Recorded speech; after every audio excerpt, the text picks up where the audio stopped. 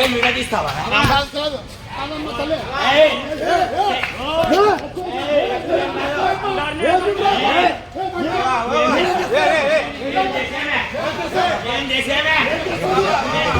News వీక్షకులకు స్వాగతం. శుభకార్యం జరిగినా, కొత్త ఇల్లు కట్టినా లేదా ట్రాఫిక్ సిగ్నల్ పడినా చాలు ఆశీర్వాదాలు ఇవ్వడానికి వచ్చే కొందరు వ్యక్తుల ప్రవర్తన ఈ మధ్య కాలంలో తీవ్ర చర్చనీయాంశంగా మారింది.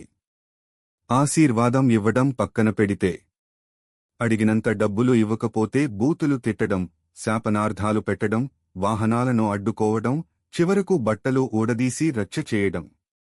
ఇలాంటి సంఘటనలు మీరు కూడా చూసే ఉంటారు. హిజ్రాలు, జోగమ్మలు, అవ్వల పేరుతో జరుగుతున్న ఈ దౌర్జన్యాలకు అడ్డు అదుపు లేదా? సామాన్యులు వీరికి భయపడాల్సిందేనా? చట్టం ఏం చెబుతోంది? ఈరోజు వీడియోలో క్లియర్గా తెలుసుకుందాం. ఒకప్పుడు వీరిని సమాజం గౌరవించేది, జాలి చూపేది. కానీ ఈ మధ్య కాలంలో కొందరు చేస్తున్న పనులు మొత్తం సమాజానికే విసుగు తెప్పిస్తున్నాయి.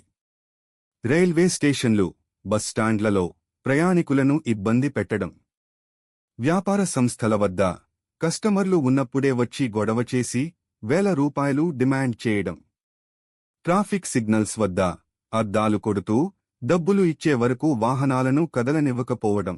ఇక్కడ మనం గమనించాల్సింది ఏంటంటే, అసలైన హీజ్రాలు లేదా జోగమ్మల కంటే వీరి పేరు చెప్పుకుని చొక్కాలు వేసుకుని తిరిగే నకిలీ ముఠాల, ఫేక్ గ్యాంగ్స్ హస్తం ఇందులో ఎక్కువగా ఉంటోంది.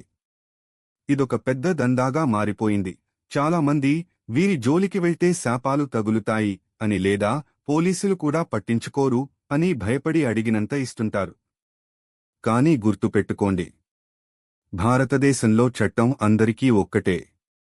ఎవరికీ ప్రత్యేకంగా దౌర్జన్యం చేసే హక్కు లేదు. బలవంతపు వసూళ్లు, ఎక్స్టార్షన్ 1 బిఎన్ఎస్ లేదా ఐపీసీ సెక్షన్ల ప్రకారం ఒకరిని భయపెట్టి బలవంతంగా డబ్బులు వసూలు చేయడం నేరం. 2 పబ్లిక్ న్యూసెన్స్ రోడ్లపై ఇతరులకు ఇబ్బంది కలిగించడం, అసభ్యంగా ప్రవర్తించడం చట్టరీత్యా నేరం. 3 ట్రాఫిక్ నిబంధనల ఉల్లంఘన, సిగ్నల్స్ వద్ద వాహనాలను అడ్డుకోవడంపై పోలీసులు చర్యలు తీసుకోవచ్చు.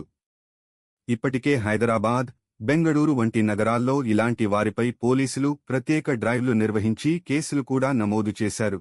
మరి ఇలాంటి పరిస్థితులు ఎదురైనప్పుడు సామాన్య ప్రజలుగా మనం ఏం చేయాలి? భయపడకండి. మొదటగా భయాన్ని వీడండి. శాపాలు పెడితే ఏమీ జరగదు. ధైర్యంగా చెప్పండి.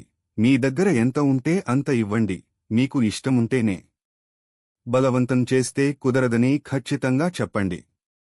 పోలీస్ ఫిర్యాదు, షాపుల దగ్గరకు వచ్చి వేలల్లో డిమాండ్ చేస్తూ దౌర్జన్యం చేస్తే వెంటనే 100 లేదా 112కి కాల్ చేసి పోలీసులకు సమాచారం ఇవ్వండి.